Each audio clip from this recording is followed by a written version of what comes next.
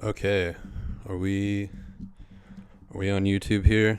Is this working? The Toronto Raptors, they've won their first game of the kind of 2023-2024 season.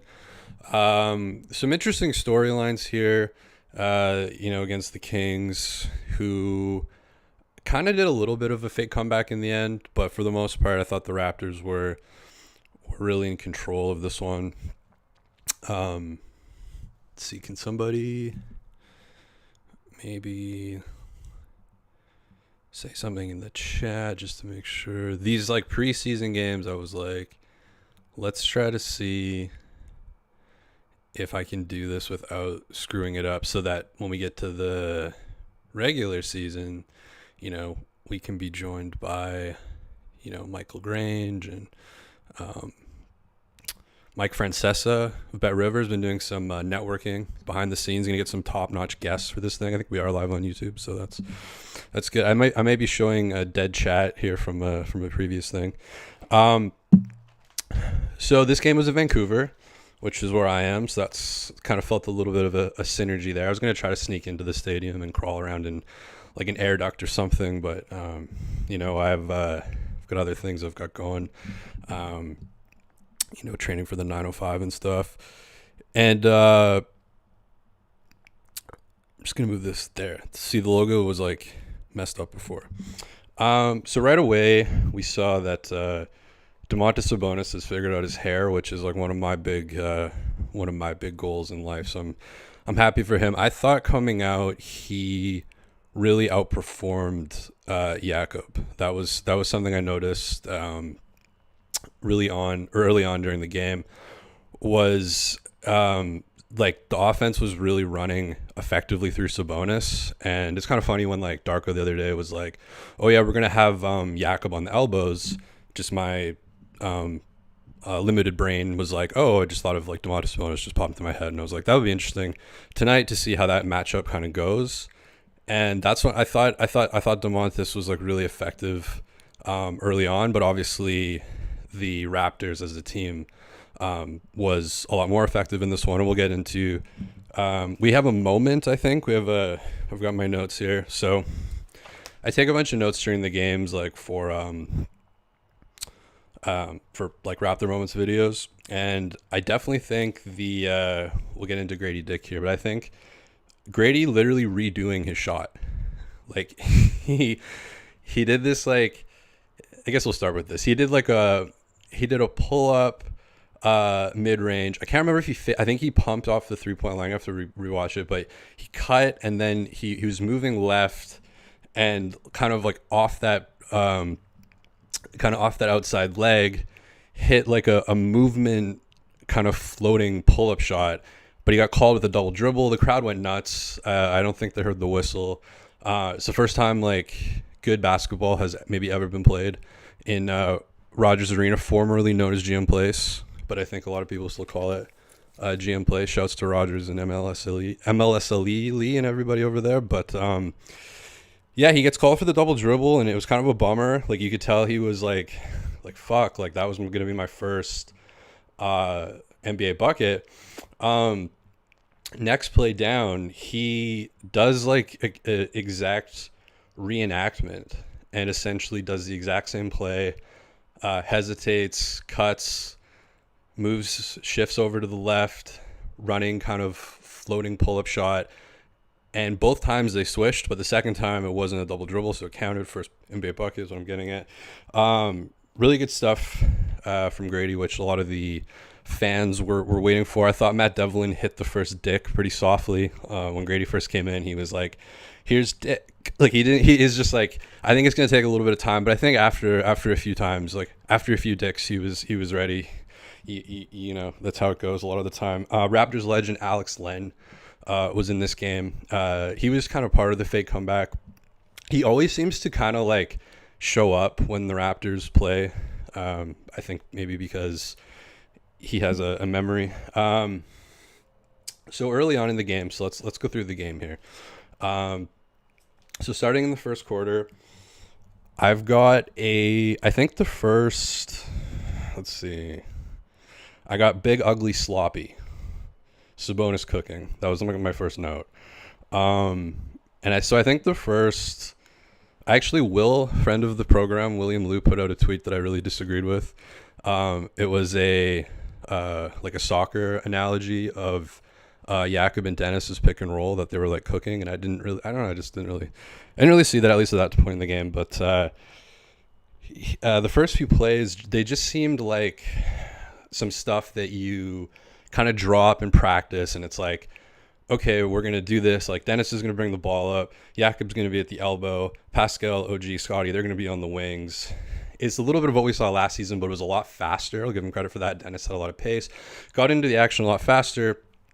But it just wasn't really, like, doing much. Wasn't really working. Wasn't creating advantages. Wasn't really creating open shots. But it was, like, fast, and it was exciting. It was like, okay, here we kind of go. But it really wasn't until Scottie started doing some bully ball stuff down low that I think it really opened up the whole floor, and he was able to with force and also with footwork and just skill, just get to really good spots on the floor. And I noticed twice, I got this written down twice in this game, I was like, this can maybe be a moment, maybe. But there was two plays where he like Michael Jordan was kind of like the king of this, or Hakeem was really good at this, where like you do this like kind of half, like someone's come and clip that and put that in a video, but but he does the half turn off of the spin in such a quick way. I think it's like faster than he had it last year. So I know there was someone posted a video of like, oh, Scottie's release looks faster. I'm not sure about that, but I did think that some of the like the footwork and where he wanted to get to the floor, he was doing that, and sports is all about half seconds, like a half second faster. So I really liked what I saw there, and I think that kind of got things going. It felt kind of weird in time to watch it, because it did remind me a little bit of last season, and the whole game wasn't like this. We'll get to the rest of the game, but it kind of reminded me a little bit of last season, where there was like, sometimes I felt like there was like two games going on. There's like the passing, or maybe not so much passing last year, but there's like the offense, and then it's really funny. I'm showing like an empty chat. It's because I copied in a link like previously. This is my first time doing this, so I guess I copied in a dead link. Maybe I'll just I'll just keep it there for embarrassment, so I'm forced to rectify it next time. Gonna get it right by the time the season starts. And again, Michael Grange, very excited. Mike Francesa, very excited. Mike from Whitby, gonna be calling in a lot. Very excited. Tony S. From New Jersey is gonna be calling in. It's gonna be a great thing. So De'Aaron Fox, I got De'Aaron Fox Des Boucher like an NFT holder. That was kind of a dirty play for preseason. I thought it was a little bit like, it was first quarter, 4:45 into the first quarter. Chris Boucher, who comes out, obviously I thought Boucher came out with a lot of energy. He always comes out with a lot of energy. The bench. This is not a show where I'm going to read box scores. There's a ton of YouTube like people, and they're like, they read the box score and they say this person was a plus 21 and so they were great. I don't know. I never really look at box scores for some reason. I just rely on these, like, this is like child, like, you don't know how many moments I've missed because like I couldn't read this chicken scratch, and it used to be on like sticky notes, but now I have an actual binder, so that's gearing up over here for big things. So Boucher comes in kind of right as Scottie's bully ball is really working. So I got, or right after Scottie's bully ball was really working. And then I thought Boucher came in with a lot of energy along with Gary, obviously. I think Gary's a very important, he's in the thumbnail. He gave the Vancouver speech before the game along with Keegan Murray of the Los Angeles, or the Sacramento. I love how the Los Angeles and Sacramento Kings have the exact same colors, branding. But Gary comes in the game, And I wrote down here like he got fouled pretty aggressively. Duarte was really emotional in this game. Duarte got to Gary and OG in this game. Maybe a little plot B for an episode was Chris Duarte. I think he's part Canadian. So maybe being back on Canadian soil, he was like really motivated because he was really getting into it. He fouled Gary also at the end there on the 3-point shot on the closeout. But I got here like I thought Gary was really fighting through the screens. Like he was really digging in and just like getting through as quickly as he possibly could, and it was done so with like a really good urgency. Um, and I thought, and he had a couple steals, couple deflections, and maybe I should look at the box score. But I thought that he really brought obviously shooting, but then he kind of kept that energy up.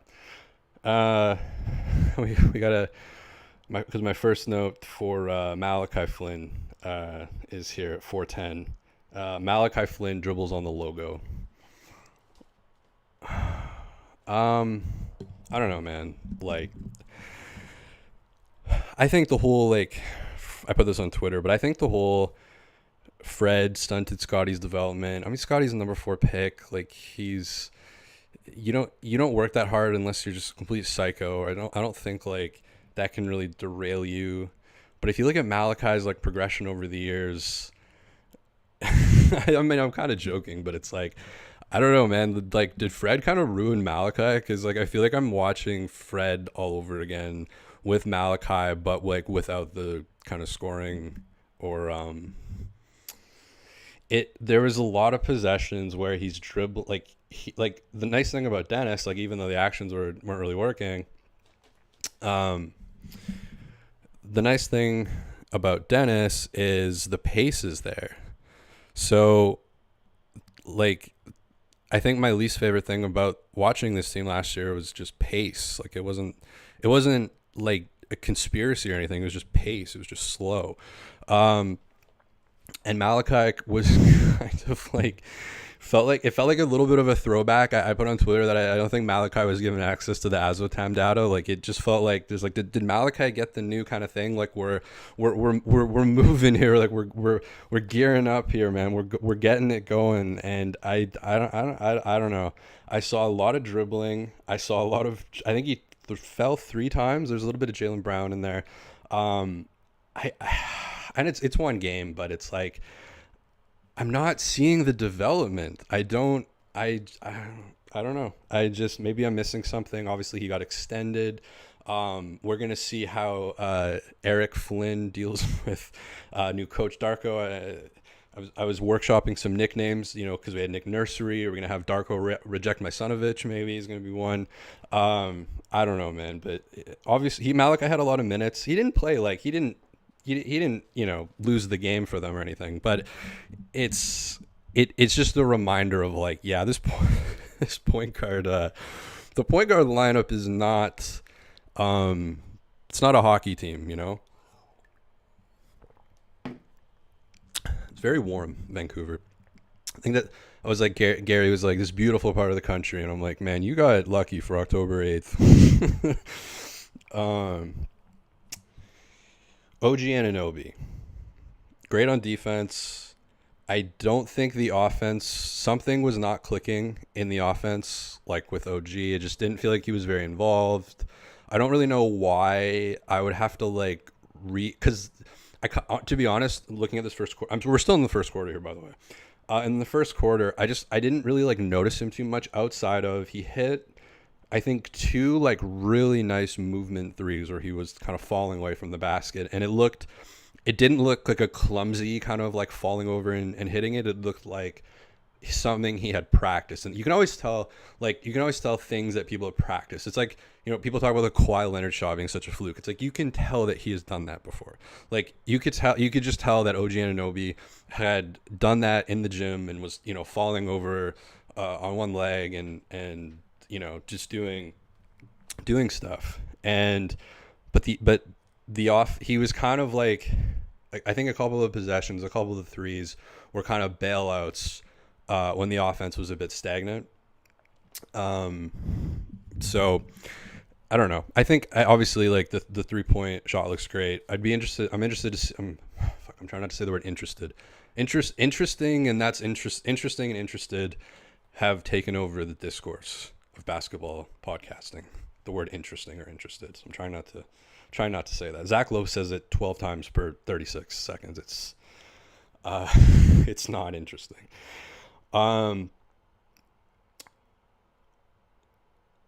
still in the first, I thought Siakam. I was kind of curious to see like what his, because these games, I mean, they're not going to tell you a ton. It's almost like looking at what the energy is like and looking at what the dynamic is like is almost just as important in a way, like as the game itself, because it's not counting towards the standings. It's like you're also seeing what is the mood on the team, and it's only one game. But like there was a really nice moment later in the game with Darko and Pascal where they were like really vibing, and you could tell it was like an actual interaction that he like valued. But I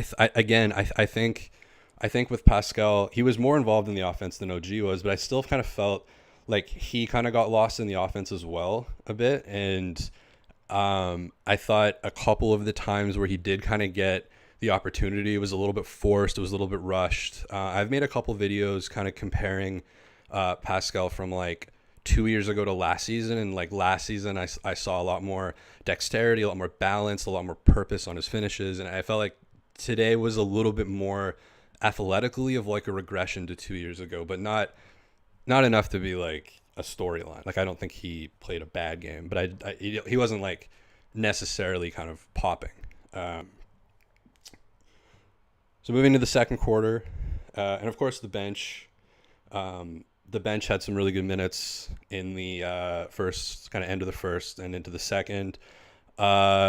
McDaniels looks very polished, and I follow, unfortunately, a couple of Sixers people, in the world, and I know that him and Isaiah Joe were kind of, that was kind of a bit of a talking point. Like we have Korkmaz and he was the one that was most kind of brought up, but it's like we've got Korkmaz who is sending WhatsApp messages telling us to trade him, and it's like McDaniels, Joe, like see you later. We don't really need shooting in this organization,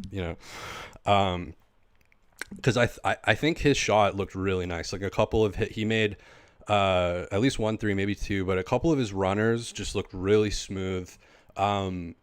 A bit Gary-esque in the way that he was kind of moving and shooting, but he's taller, higher release point. He's somebody that I'm excited to see because I think the fundamentals are there. The shot mechanics look really clean. He looks really athletic. He looks like he's in good shape. He's a really good defender, obviously. And I think he played a significant role in this. I could see him and Boucher coming up together and causing a lot of stress. Him, Boucher, and Gary coming together like that. That was really kind of that bench. Just like here they are, and they were. I thought they played really well together, and I think with that, it's early, but I think you do kind of have to maybe give a little bit of credit at least to the coaching staff. There was obviously some good decisions there with lineups and schemes and stuff that worked out, players that hadn't played with each other before. So, maybe some of that's working. Malik Monk biffs a dunk at 9:52 of Q2. I thought that was kind of a bit of a moment. Marcus Camby did a podcast on the broadcast, which anybody who follows me on Twitter or whatever, they know that I absolutely, if the Argonauts win a game and they're in the stands, from the courtside reporter, bring them down. This is what we want to hear during the game. We have all day, all night to do everything else and but once the game starts, let's do a podcast. Let's bring in Marcus Camby. we've got all these new players, all these new coaches, all these new schemes. Let's bring in some some 90s juice into this conversation. I have his trading card, from like 97 when he was with the Raptors, but can we do this on November 8th? OG moment.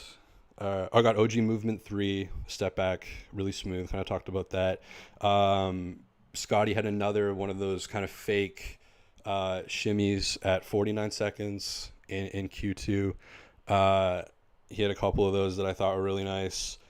And then coming into Q3, the Raptors really, they were up 69-53, I think, or something like that. Really, foot on the gas. OG gets fouled by Duarte. OG did not like that. Duarte was like, Duarte was kind of a bit chippy again. He's on Canadian soil. Could have activated some nationalism or something. I don't know, but he was really into this one. And then maybe kind of the highlight, I guess, of the game. I get like the kind of Sports Center top 10 plays of the game. I guess your number one play is probably Scottie's dunk on JaVale McGee at 8:25 in Q3. That was pretty hard.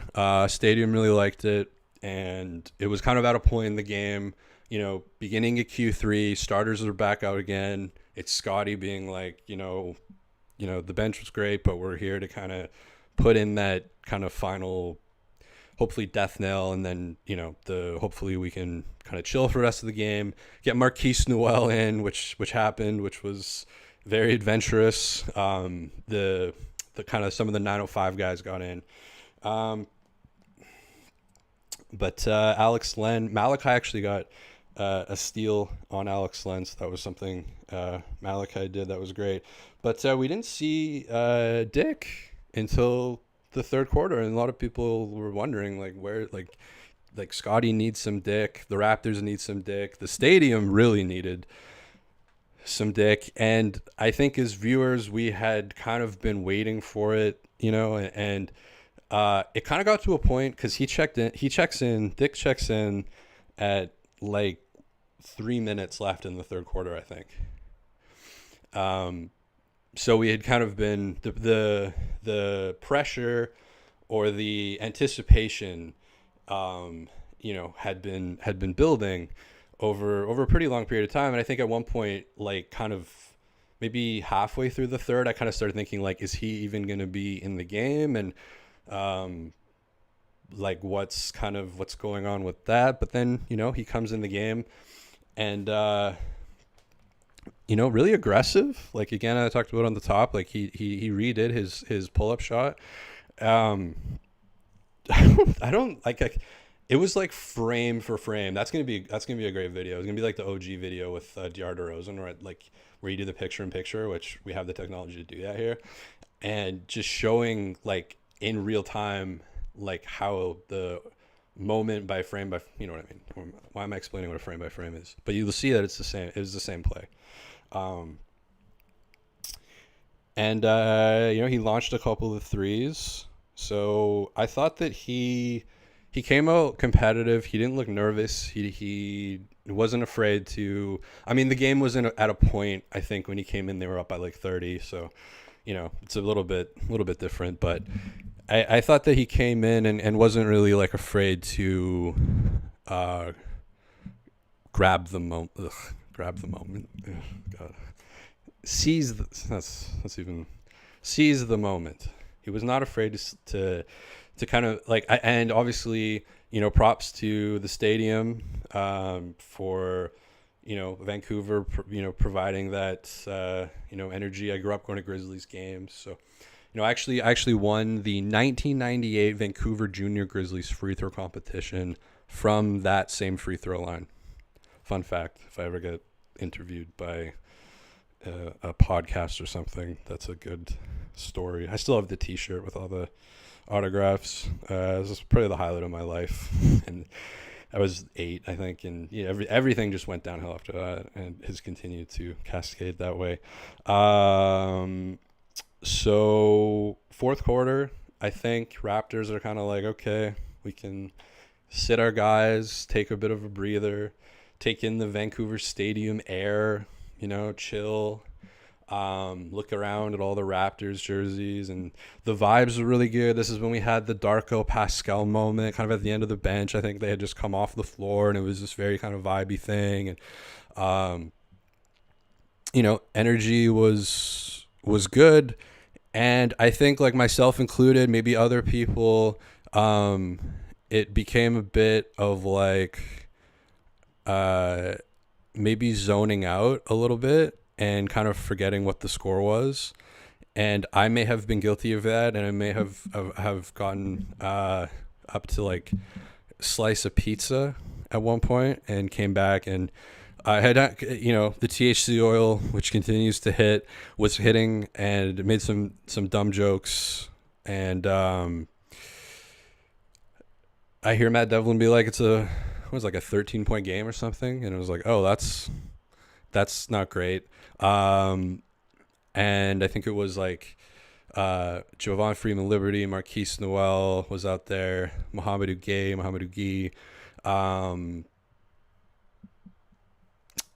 Did I say Grady was out there? Grady was out there.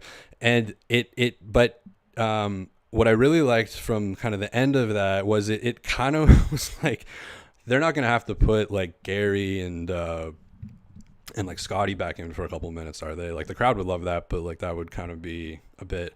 Davion Mitchell, I think, was like, I think they had some guys that were still in it. Davion Mitchell, by the way, looks a lot different, like a lot more in shape, a lot quicker, a lot more athletic. So watch out. It's a storyline. Big scoop there. Watch out for that storyline this year. The athleticism advancements of Davion Mitchell. But the lineup, Alvin said something, very smart on the broadcast, where he was like, no matter what the situation is, like no matter what the score is, no matter what the context is, and kind of underlying, especially when you're fighting for a spot, you do not want to be the guys that come in and blow the lead, even if, like, because it was a big lead, like they were up like 7-3 going into the eighth inning. Sorry if any Blue Jays fans are listening. I know those numbers are astronomical, but sometimes games are 7-3, and that's kind of what it felt like. And they just kind of slipped, and the momentum shifted. And I maybe if they played another quarter or something, and those same guys stayed out there, we'd have it different. But the Kings just kind of ran up against the clock. They ran out of time. Grady Dick hit a really nice three. I think it was from the corner, if I remember. They kind of iced it. And the Raptors come out with the W. So I like the Grady Dick redoing a shot moment. I can already kind of see the video in my head. Maybe a little side story with Duarte, because he was representing for Canada. And talked about Big Ugly Sloppy. I didn't really talk about Dennis too much. Dennis hit at least a three or a couple of threes. He was really initiating things when he was out there. Like it felt like he got early access to the Azatem data, whereas Malachi is like, your login is not verified. Like, it felt like Dennis like knew all the plays, because it feels like with Malachi, a lot of the reason why he's kind of slow is because he's trying to figure out like what the read is on the floor. Whereas Dennis and Scottie, obviously, it's just like boom, like they're into the read. They get over the line with like 18 seconds left on the shot clock. They know what the primary, secondary, tertiary, whatever action is. And I thought that because I think Dennis is like very good in that role of being that on ball initiator. It while it was purposeful, it also was a bit sloppy. But at the same time, it's like, these are new teammates, new players, new system, new coach. Like you can't really fault too much. And I actually really like the pace. Like for me, as a selfish consumer, like I grew up as a 5'8" point guard. I always kind of had to play fast, enjoyed playing fast, and maybe it was as a result of that I like watching basketball that's played fast. And there were games last season where I'm not really into hockey anymore. The Vancouver Canucks kind of ruined my enjoyment of that. Who also play at that stadium, by the way. They kind of ruined my enjoyment. I think kind of as a lot of people in Toronto, like Blue Jays fans, have ruined baseball for them. Like the Canucks have kind of ruined hockey for me. But what was I going to say? I lost my train of thought. That's the THC oil. I would turn on hockey games after Raptor games last year, and I would get like motion sickness for how fast it was. It's just like boom, like holy, like I just watched the Raptors go like it's just like, okay, we're gonna go now we're over the half line. There's 16 seconds left on the shot clock. I'm gonna dribble a little bit more, and that was kind of, it was either that or transition, which was weird because the transition was good, but then it's like, can we have, I don't want to talk about last season. It's like the transition was working so well, which was all about pace. Why can't we have any pace in the half? Anyways, that's last season. I don't do serious sports analysis, or I don't want to. I guess this kind of is. So yeah, Dennis, the Menace, I guess. It's got that kind of German-Austrian connection with Jakob. We'll see how that materializes. I do like Jakob on the elbow in theory, kind of in that Sabonis spot. And obviously Sabonis is I think it was like last year I saw like a Pokemon analogy. I think it was like, I can't remember. It might have actually been Jakob, but it was somebody. It was like Sabonis and then like somebody maybe, and then Jokic was kind of like the evolution of that. Kind of like the, what is it? Charmander and Charmeleon or something. I don't know. Doug Trio. I think Fred's got a little bit of Doug Trio. Or Doug Trio. Was it Doug Trio? Fred's kind of a little bit of Doug Trio. I think that's the right one. I don't know. I only know the Charizard one. That was always the card that everybody wanted, was the Charizard. It's the Charizard card. I don't know if it's still like that. The Charizard holographic one. That was big. That was a big thing.